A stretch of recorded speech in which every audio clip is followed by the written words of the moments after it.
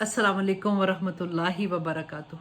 आज मैं आपको एक हदीस का मफ़हूम सुनाती हूँ कि जब इंसान तौबा करता है तो अल्लाह सुब्हान ताला कितने खुश होते हैं। बुखारी की हदीस है 6308, जिसमें नबी सल्लल्लाहु अलैहि वसल्लम ने फरमाया कि अल्लाह अपने बंदे की तौबा से उस शख्स से ज़्यादा खुश होता है जो किसी जगह पे सफ़र कर रहा था, पुरखतर जगह थी, उसकी सवारी उसके साथ थी जिसके ऊपर उसने सारा सामान रखा हुआ था खाने पीने का, लेकिन किसी जगह पे वो थक के उसकी आंख लग जाती है। जैसे ही उसकी आंख खुलती है वो देखता है कि उसकी सवारी गायब है। अब उसको प्यास और भूख से उसका बुरा हाल होता है, वो इधर उधर हर तरफ देखता है, उसको उसकी सवारी नहीं मिलती। आप सोचें ज़रा कि उस बंदे का क्या हाल होगा।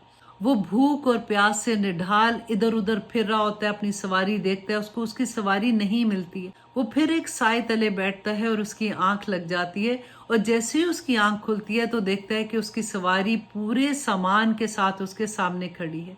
आप जरा सोचिए उसकी खुशी की क्या इंतहा होगी। नबी सल्लल्लाहु अलैहि वसल्लम ने फरमाया कि अल्लाह सुब्हाना ताला अपने बंदे की तौबा से इस शख्स से भी ज्यादा खुश होता है। अल्लाह सुब्हाना ताला हमें तौबा करने की तौफीक अता करे, क्योंकि नबी सल्लल्लाहु अलैहि वसल्लम ने फरमाया कि तौबा करने वाले के गुनाह अगर जमीन से आसमान की बुलंदियों तक भी होंगे तो अल्लाह सुब्हाना ताला उसके गुनाह माफ कर देंगे, बल्कि उसके तमाम गुनाहों को नेकियों में बदल देंगे। अल्लाह सुब्हाना ताला हमें तौबा करने की तौफीक अता कर दे।